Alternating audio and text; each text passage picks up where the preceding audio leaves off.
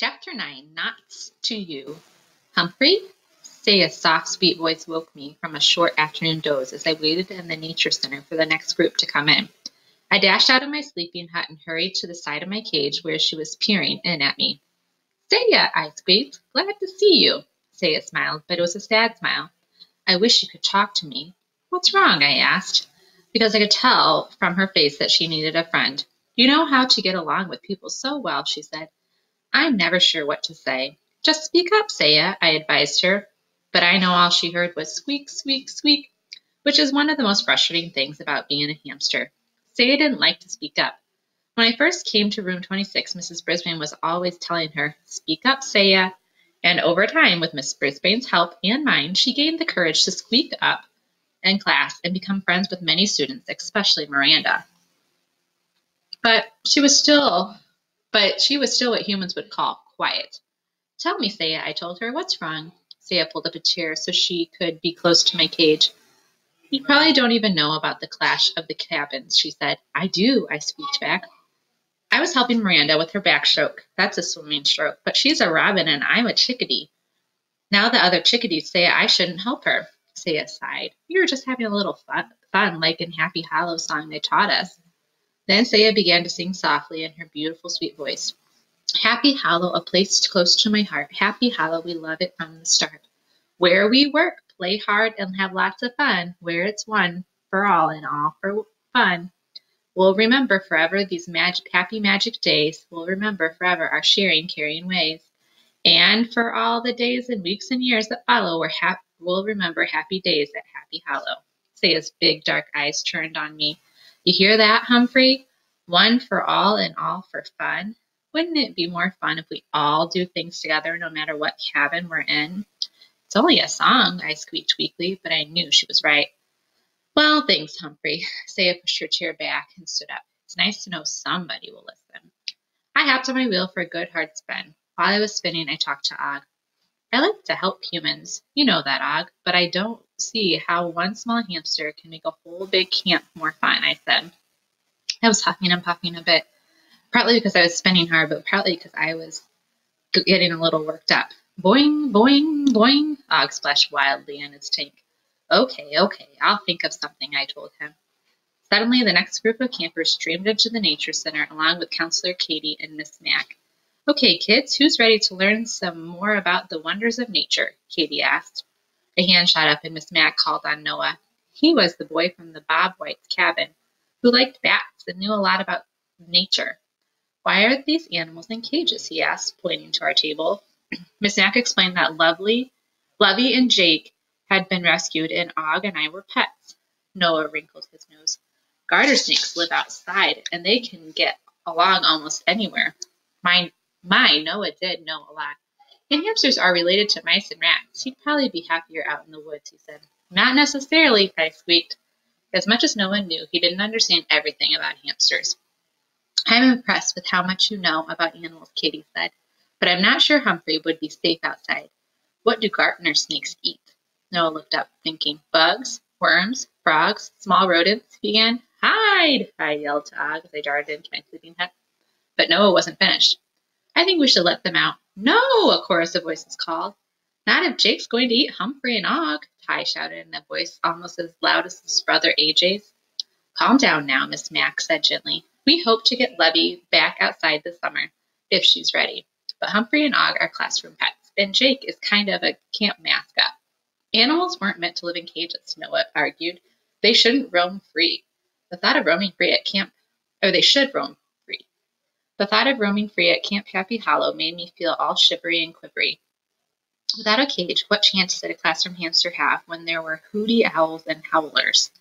And when I thought of Jake out there, the shivers and quivers turned to shakes and quakes.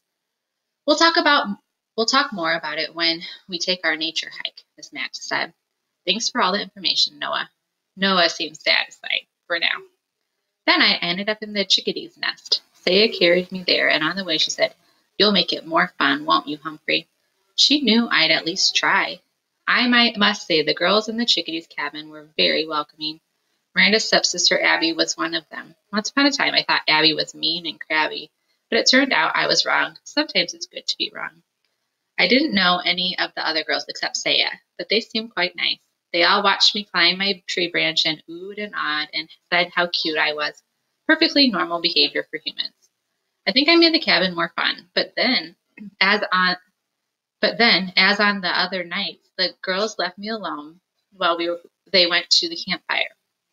I was still surprised that Aldo and Miss Mack and the other counselors would take my friends to a dangerous fire. I will never, never, never understand humans, but I'll never stop trying. Once they were back smelling a little smoky, Abby clapped and said, "Listen up, chickadees." She sat on a large trunk and the other girls gathered around. "Do you know what a girls' group hasn't gone to camp out at the Haunted Hollow for 5 years?" she asked. A girl named Val groaned. "No way. No fair, right?" asked Abby. "But this year we're going to win. I'm sure of it."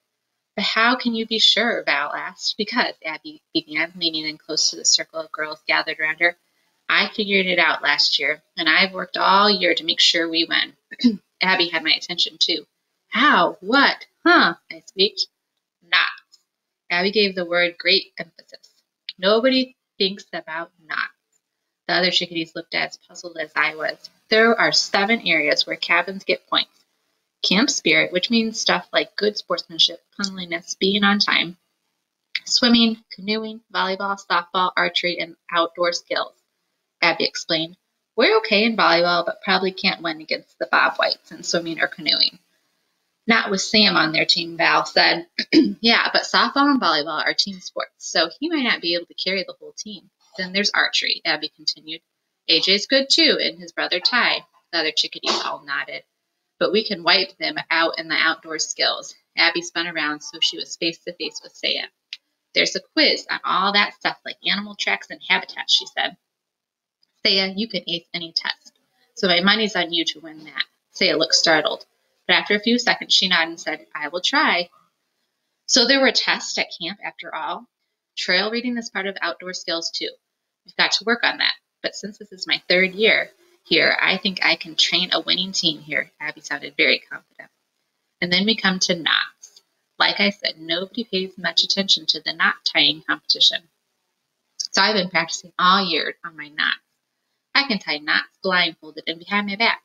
If I ace the knot tying, we've won outdoor skills, she concluded triumphantly. We just need to hold our own in the other events. Anybody good at archery? Val pointed to a tall girl with long braids. "Marissa got a bullseye today." Abby walked over to Marissa. "Fantastic," she said. "Then we're counting on you. Any questions?" I raised my paw. I guess I forgot I wasn't in room 26. But Marissa asked Abby the question I was thinking. "Can we see you tie some knots?" Abby reached in her trunk and pulled out a handful of rope pieces of different lengths and widths. "Anybody got a watch with a second hand?" she asked. Saya did. "Tie me, Saya," Abby said. "First, a square knot." I scampered up to the top of my tree branch to get a good look as Abby took 2 ropes and began tying. According to Saya, it took her 4 seconds. The sheep shank was next. It took a second or 2 longer. The bow line looped around and around. Abby went so fast I could hardly see how she did it. The sheep bend was a very fancy knot, and the alpine butterfly was the most impressive. "Go, Abby," I squeaked in encouragement. It was quite a sight to watch her, and no knot took more than about 10 seconds. The other girls clapped and cheered when Abby finished. "You're amazing," Val exclaimed. "Even Sam couldn't top that." "Thanks," Abby replied, "but let's keep quiet about this. What goes on in the chickadee's nest stays in the chickadee's nest, and that means you, Saya." She looked completely surprised. "Me? Yeah, I don't want you blabbing to Miranda about this," Abby said. I made sure she never saw me practicing.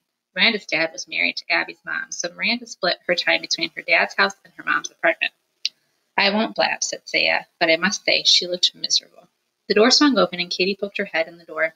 "Lights out in 10 minutes, ladies," she said. "You too, Humphrey." After the door closed, Abby made everybody raise a hand and promise to keep their plans a secret. I raised my paw too.